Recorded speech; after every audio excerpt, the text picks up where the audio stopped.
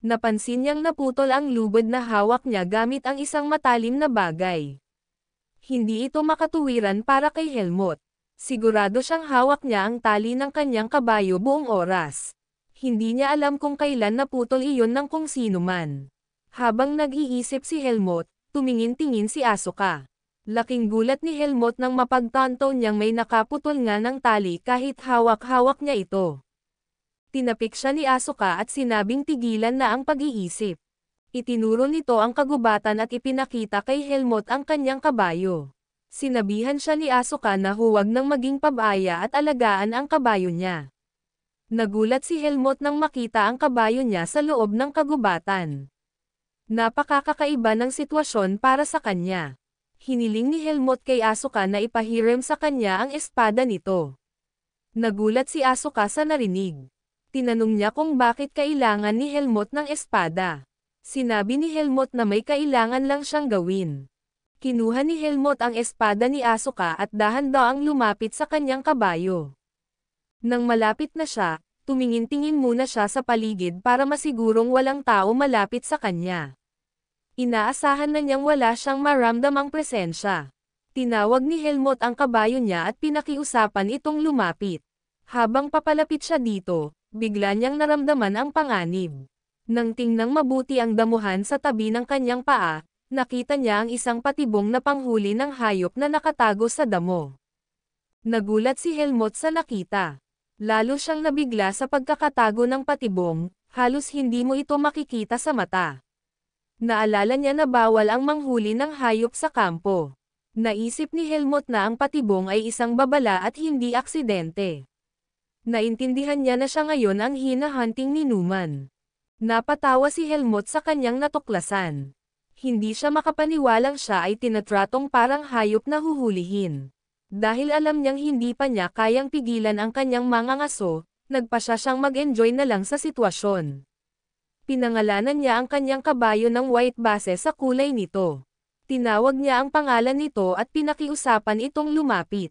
Pero hindi siya pinansin ni White at nagpatuloy lang ito sa pagkain ng damo. Hindi na ito ikinagulat ni Helmut. Alam niyang hindi agad susunod ang kabayo lalo't ngayon lang niya ito pinangalanan. Lumapit siya kay White at dahan-dahang hinaplos ito. Habang hinahaplos ang kabayo, pinatatag niya ang sarili na aalisin niya ang sinumang haharang sa kanyang landas. Sa totoo lang, masaya siya sa sitwasyon. Umaasa siyang karapat-dapat ang makakalaban niya. Lumipat ang eksena sa mga estudyante na nagtipon sa harap ni Alan. Nagdesisyon si Alan na ibigay ang mga panuntunan bago sila magsimulang maghanda ng hapunan. Sinabi ni Alan na ang mga aktibidad ay isasagawa sa mga nakaayos ng grupo. Gagamitin ang sistemang ito mula unang araw ng kampo hanggang sa huli. Hiniling ni Alan sa mga estudyante na iwasan ang mga hindi kinakailangang pakikisalamuha. Inilabas ni Alan ang isang marmol at ipinaliwanag na bawat leader ng grupo ay bibigyan ng communication marble para madaling makipag-ugnayan sa mga instructor sakaling may problema. Si Helmut ang naitalagang leader ng kanyang grupo at binigyan ng marble.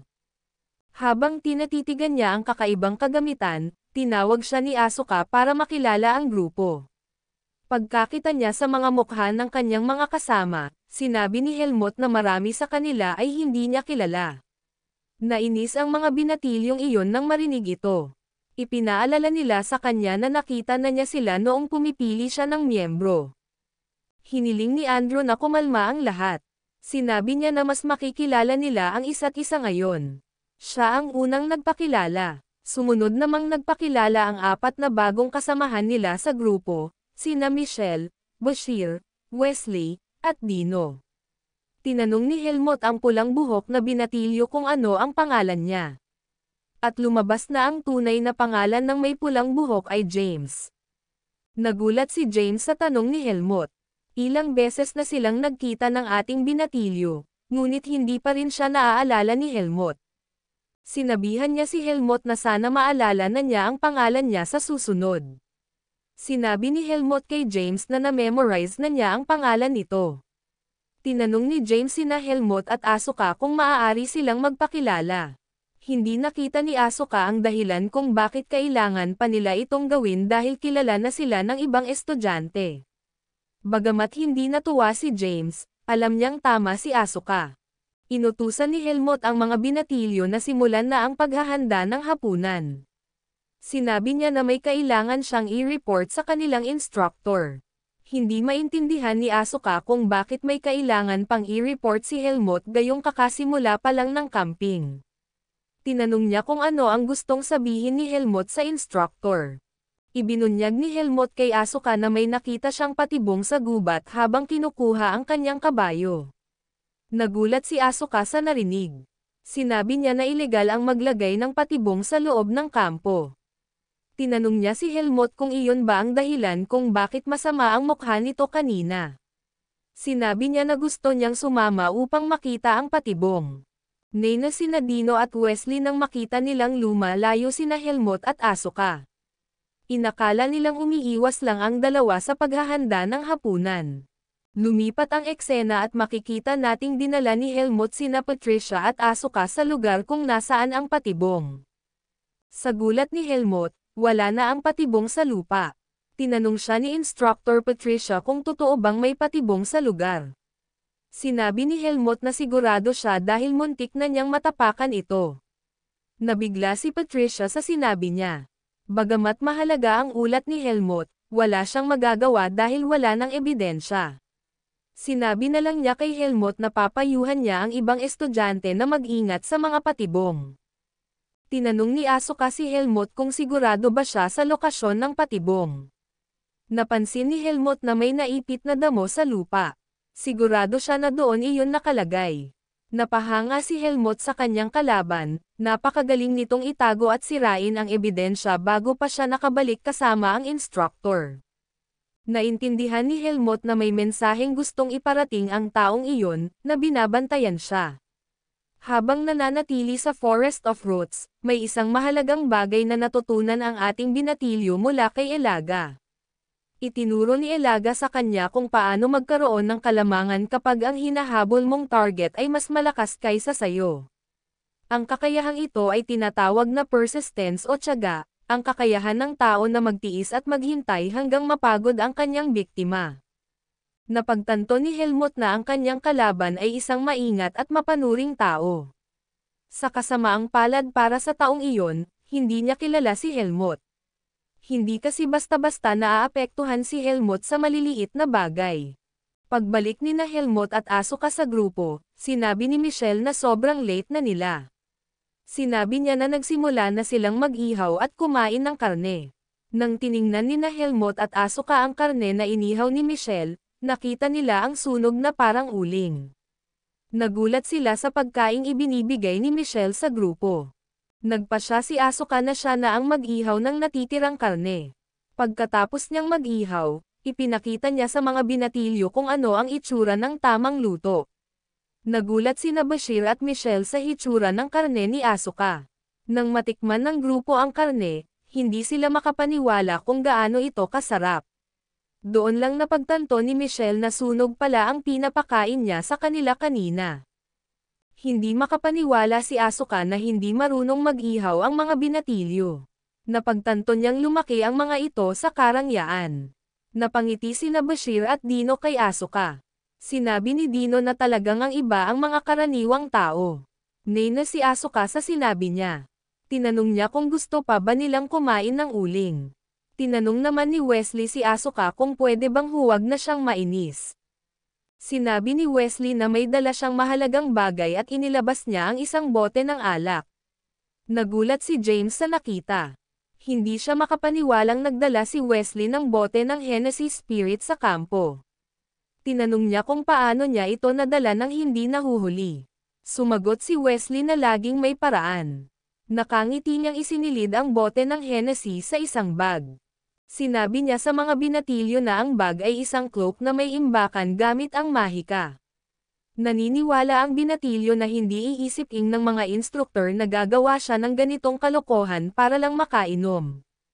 Nagulat si James nang makita niyang talagang pinaghirapan ni Wesley makakuha ng inumin. Sinabi ni Wesley kay James na mahalagang uminom kapag may barbecue sa kampo. Tinanong ni Bashir si Wesley kung iisa lang ba ang nakuha niyang bote. Sinabihan siya ni Wesley na dapat siyang maging mapagpasalamat. Sinabi niya kay Bashir na hindi maganda ang pagiging sakim.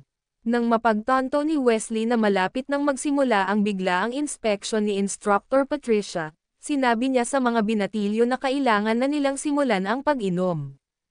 Bago pa man sila makapagbuhos ng alak, biglang lumitaw si Patricia sa tabi ng kanilang campfire na parang multo at may hawak siyang iba't ibang bote ng alak.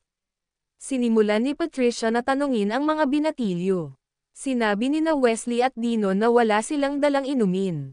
Nagtaka si Patricia kung bakit wala man lang inumin ang grupo ni Helmut. Nagulat si Dino sa dami ng inuming nakumpiska ni Patricia. Sinabi ni Wesley sa instructor na hindi sila makainom dahil kasama nila sina Helmut at Asuka sa grupo. Ipinaliwanag niya na dahil sa dalawa, palaging napapansin ang kanilang grupo. Nagpa siya si Instructor Patricia na tanungin si Helmut. Tinanong niya kung wala nga ba talaga silang kahit anong inumin. Sinabi ni Helmut na wala ang kanyang mga miyembro ng kahit anong alak. Hindi kumbinsido si Patricia sa narinig ngunit umalis na lamang siya. Pero bago umalis, pinaalalahanan niya si Helmut na ang team leader ang may pananagutan sa pagkakamali ng buong grupo. Pinayuhan niya ang binatilyo na ayusin ang kanyang mga miyembro. Habang lumalakad palayo, sinabi ni Patricia sa mga binatilyo na mag-enjoy sa kanilang hapunan. Yumoko sina Wesley at Dino sa kanilang instructor. Habang nakayuko, napangiti sila sa isa't isa. Masaya silang nalampasan nila ang problema. Tumayo ang mga binatilyo at itinaas ang kanilang mga baso kasama ang ibang kasamahan. Nang uminom si James ng Hennessy, nagulat siya sa tapang nito. Sinabihan siya ni Wesley na inumin lang ito, hindi naman daw siya mamamatay. Habang sila ay umiinom, napansin ni Andrew na may masamang itsura si Helmut. Tinanong niya si Helmut kung hindi ba niya gusto ang lasa ng inumin. Sinabi ng ating bida na ayos lang naman ang lasa. Napansin ni Asuka na iniisip pa rin ni Helmut ang patibong na nakita niya. Alam niyang si Helmut ay isang tao na mahilig mag-alala. Sinabi ni Bashir sa binatilyo na malamang ay isang mangangaso ang lihim na naglagay ng patibong. Nagulat si Michelle nang makitang talagang nag-aalala si Helmut. Sinabi niya na kung siya lang ang may kakayahan tulad kay Helmut, hinding-hindi siya mababalisa sa kahit ano.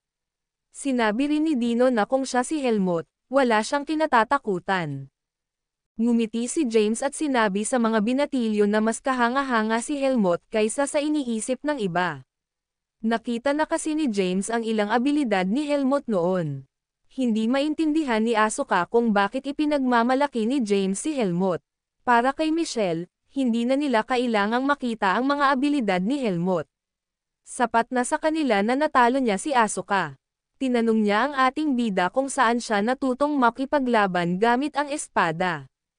Sinabi ni Helmut na lumaki siya sa isang gubat at doon siya tinuruan ng kanyang master. Namangha si Michelle sa narinig. Hindi siya makapaniwala na may master si Helmut na nanirahan sa gubat. Tinanong ni Bashir kung maaari ba silang ipakilala sa kanyang master. Sinabi ni Helmut na wala na ang kanyang master. Tumahimik ang buong grupo sa narinig. May kaba sa mukha ni Bashir nang humingi siya ng paumanhin sa binatilyo. Sinabi ni James kay Helmut na siguradong ipinagmamalaki siya ng kanyang master dahil naging top student siya sa departamento ng eskrima. Ngumiti ang ating binatilyo sa narinig. Upang mabago ang tensyon sa hangin, nagbuhos pa ng Hennessy si Wesley para sa kanyang mga kasama. Sinabihan niya sila na itigil na ang malulungkot na usapan. Sinabi niya na dapat silang uminom at maglinis bago mahuli.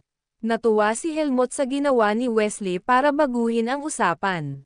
Napagtanto niya na sa pag-inom, lalo nagkakaroon ng koneksyon ang mga tao. Masaya si Helmut na may mahalaga siyang natutunan. Nang sa wakas ay makatulog na ang mga binatilyo, tumayo si Helmut. Si Asuka na halatang lasing, ay nagtanong kung saan siya pupunta. Sinabi ng ating bida sa kanyang kaibigan na gusto niyang sumuka. Sinabi ng Mad Dog kay Helmut na lumayo siya hanggat maaari. Habang naglalakad si Helmut papasok sa gubat, makikita na hindi siya lasing kahit kaunti. Natuklasan ng ating bida kung paano gamitin ang vis upang ma-neutralize ang epekto ng alak. Alam ni Helmut na pinapanood pa rin siya ng kanyang kalaban.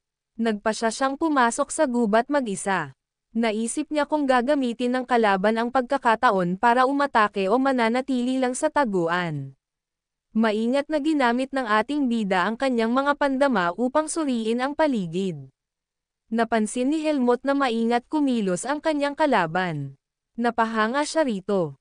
Habang nagmamasid, nakita ng ating bida ang isang maliit na bahay sa loob ng gubat. Napagtanto niyang doon naninirahan ang tagapamahala ng kampo. Nagpa siya siyang lapitan ito. Pagdating sa harapan ng pintuan, kumatok si Helmut. Nang gawin niya ito, biglang may ilaw na nagbukas sa loob ng bahay. Binuksan ng isang matandang lalaki ang pinto upang silipin kung sino ang nasa labas. Nang makita ang suot ni Helmut, naisip ng matanda na isa siyang estudyante mula sa Greta Academy. Sinabi ng ating binatilyo na gusto niyang humingi ng pabor. Ipinaliwanag niya sa matanda na may nakita siyang patibong para sa pangangaso sa gubat. Nakiusap siya kung pwedeng dagdagan ang pagbabantay upang maiwasang may masaktan na estudyante. Nagulat ang matanda sa narinig. Sinabi niya na sino mang maglagay ng patibong sa Petaica Forest ay pagmumultahin ng malaki. Tiniyak ni Helmut sa tagapamahala na hindi siya nagkakamali. Ipinaliwanag niya na ang estudyante ng Swordsmanship Department ay may matalas na paningin at pakiramdam. Napagtanto ng matanda na seryoso ang sitwasyon. Sinabi ng matanda kay Helmut na simula kinabukasan, magdadagdag na siya ng mga nagpapatrolya. Ipinaliwanag din niya na matagal na mula nang huli siyang gumamit ng kanyang mahabang tungkod. Kailangan daw ito para tanggalin ang bear trap dahil hindi ito basta-basta nakikita ng mata. Bago maisara ng matanda ang pinto, pinigilan ito ni Helmut gamit ang kanyang paa. May seryosong tingin sa mukha, sinabi niya sa matanda na hindi niya kailanman binanggit kung anong klaseng patibong ang nakita niya. Ngumiti ang tagapamahala nang marinig ito.